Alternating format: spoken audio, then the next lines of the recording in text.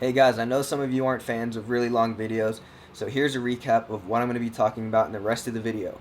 In terms of shipping supplies, postage labels, polymailer bags, and flat rate envelopes are best. Use a polymailer bag if it's under 13 ounces, use a postage scale. Everything is in the description below. Click those links to see exactly what I have, and if you're shipping in large volume, get a laser printer. So those are tips in terms of shipping supplies. Other tips that I've mentioned in this video: stay organized both in your computer and your supplies and products, and then also be a high rated seller. There's certain things that you can do to get ranked higher in the search list, such as lower handling time, offering free shipping. The more products you sell, the higher you're going to get into your search list. eBay is gonna display the top sellers. They want to retain their customers to come back to eBay, so they're going to put their best sellers at the top. So be good. These are all the tips that I'm going to be talking about in the video. Stay tuned. Thank you guys for watching. Yo, what is going down YouTube? It is A. Jones, and today I'm talking eBay tips and tricks. So I first started selling on eBay back in 2009 for about 6 months to a year, just reselling iPhone chargers and iPhone cases, buying them from China, DHgate, AliExpress. Those were the places I would get my products wholesale and would just sell them for unit pieces, sometimes resell them at a smaller wholesale lot. So I'd buy like 100 chargers and resell them for 25 pieces in a lot. So recently I've started back up again, but I am gonna give it up here in a little bit because it's just too stressful. There's way too much that goes on that it's kind of hard to do eBay and hold a job and go to school all at the same time. So it's just way too much stress. I'm making some good money. I'm also losing money on certain things. So I'll buy a product and it'll sell really well. You know, I'll get $3 per compression pants that I sell. But then there's other products that just don't sell and I have to sell them for a $2 loss. So it's really stressful, especially dealing with returns and all of that. I'll get into that at another point in time, but I think that's relevant for this video if you're really wanting to start on eBay. Now, there's a couple things that you guys need to know before you start selling or you throw out $1,000 to try to start an eBay business. One, Amazon does it really well. There are companies out there that provide great customer service, free shipping, low prices on items, so it's really hard to sell a product and make a good margin unless you have a niche. So it's going to be hard to just start selling iPhone cables now because there's already big time sellers on eBay's platform selling chargers with minimal fees at high volumes, and they're just power sellers. It's hard to compete against them. But if you're able to find a niche market, if you're able to make handmade beds or desks or some handmade lamp, like that would probably be better than trying to sell iPhone cases and iPhone cords right now. Especially when Amazon, you can get them online for $3 plus free shipping. One, it's going to cost you $3 just for the product. Then you're going to have to pay shipping. Then you're going to have to pay eBay fees. And then you're going to have to deal with returns. So there's a lot that you have to deal with to make money. Now, there's all different types of eBay sellers. There, you could be a wholesaler. You could go to thrift shops and sell those. You can sell all your old stuff. That's my first tip, is I want you guys to practice selling stuff by selling your own items. So go around your house, look at things you don't need, and start selling those. Those are good items to start selling and really get a practice and understand the platform that eBay uses, how to deal with shipping, and all that sort of background information. So start selling your own stuff is really what I recommend as tip number one. As far as supplies go, there are a few things that I highly recommend. In terms of shipping supplies, if your item is under 13 ounces, I highly recommend these blue Polymailer bags. I mean, they don't have to be blue. I like to make them blue to like stand out as a business, and maybe, it costs like an extra 2 cents. So if that makes a customer happy, or if that's like, man, this is a cool company, then it's worth that 2 cents for me personally. And then also, you need postage labels. These stickers are probably the best thing for an eBay business. This is the number one product that you guys need. It's simple, but it's so very effective. You just go into eBay's platform, you hit print label, you print it on here, you pay it through PayPal, you stick it on your box. It's a sticker. It's amazing. This will cut your time in half, and then cut that half time in another half. So it's really, this is what you need. Again, all links to everything that I have is in the description below. So I'm going to continue on the side of shipping supplies. If anything is above 13 ounces, use the flat rate shipping through USPS. So there's like a small flat rate box, a medium flat rate box, large flat rate box. I recommend the envelopes. They're $5.75. If you buy the envelopes for $5.75, if it fits, it ships. So you can fit a lot of things in there, and that's the package I go to if I'm not using a Polymailer bag, is I'll use a USPS flat rate envelope. Another thing that is great with shipping would be a laser printer. I bought a Brother laser printer with a cartridge for $125 on Amazon.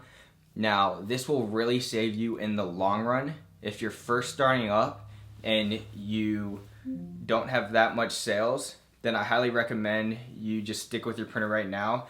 But if you're really selling like a lot of volume, highly recommend a laser printer.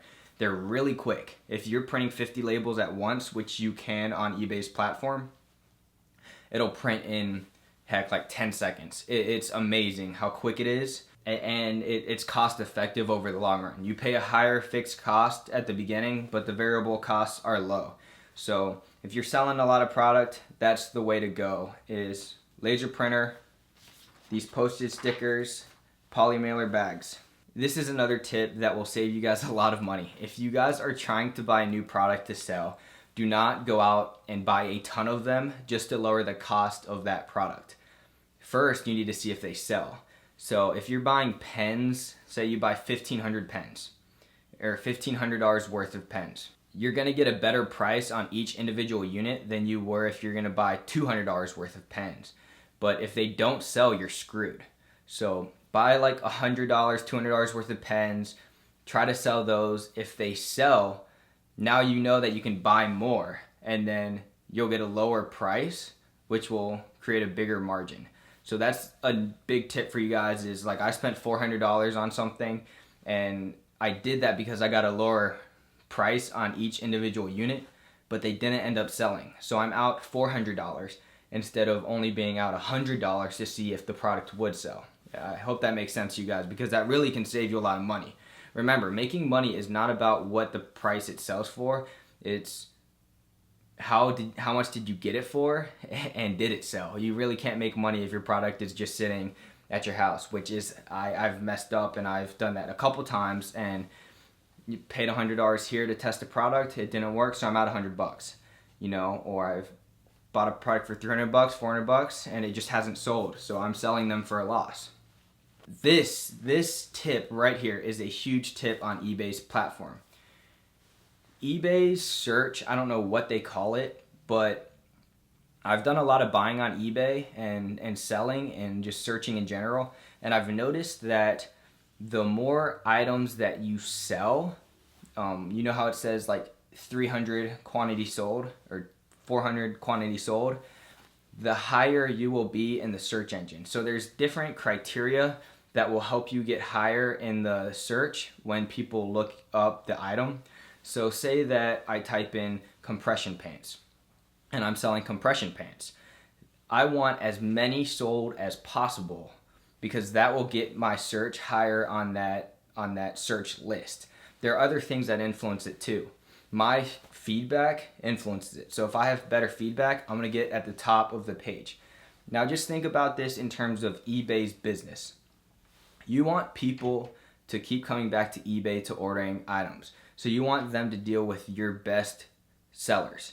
So what you're gonna do is put the best sellers with whatever criteria you think is gonna make a better seller, and put them at the top of the search. So those things are customer feedback, shipping time. If your shipping and handling time is less, that will jump you up to the search list.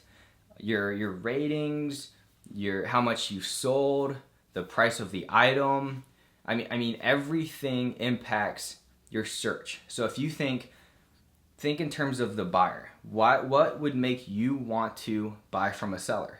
Well, you don't want to buy from a seller who has 76% feedback. You want to buy from someone who has 99% plus feedback. You want to you want to have the product quickly. So you're going to order something that has less product handling time. Another thing that is really helpful is always do free shipping. Yes, it sucks paying shipping. It sucks paying the $2.60 or the $5.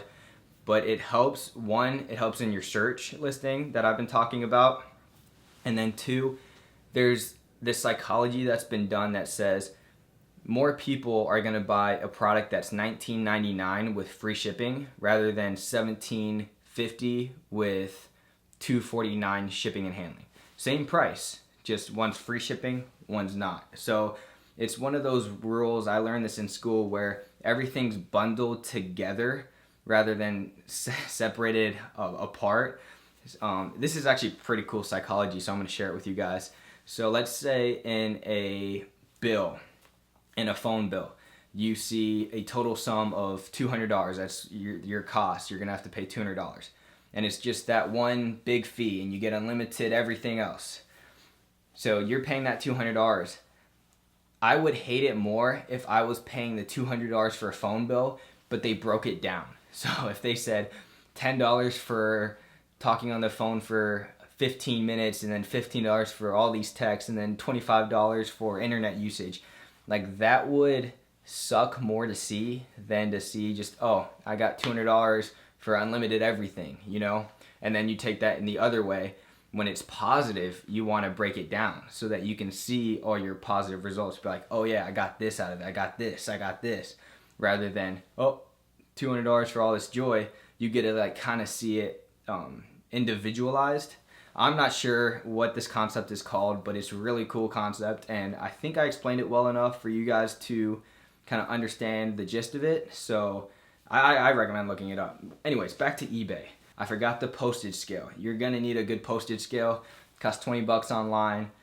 It's effective. It saves the couple cents from guessing, and it's more accurate.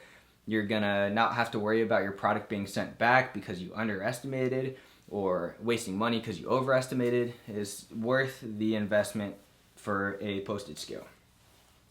Just other tips in order to organize your eBay business.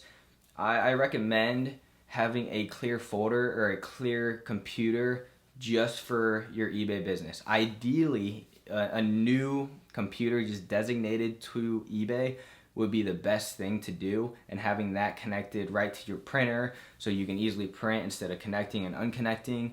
But I have one computer for work, school, and eBay, so I just separate my desktop into, all right, this side is eBay, this is work, and this is school.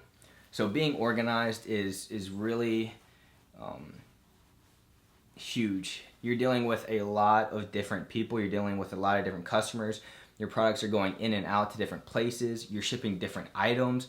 You have to stay organized. Staying organized is key. I've done a really, really good job about it. I haven't misshipped a product yet, and I've sold probably like 400 or 500 items at least. So that's just my organization.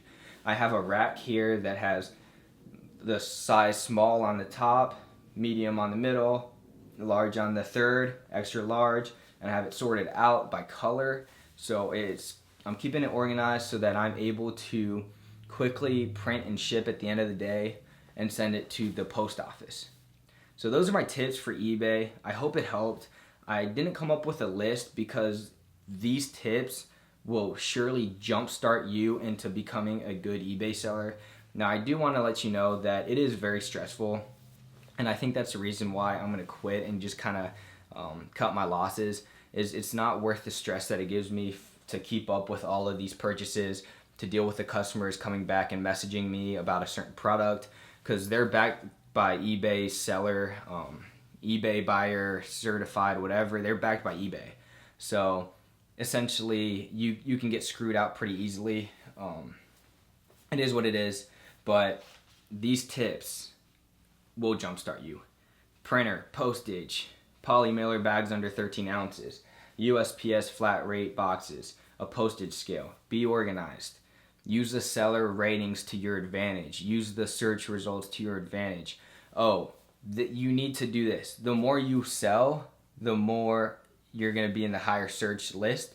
So you need to have your listing stated until canceled, and then just keep renewing that so that over time it can build up.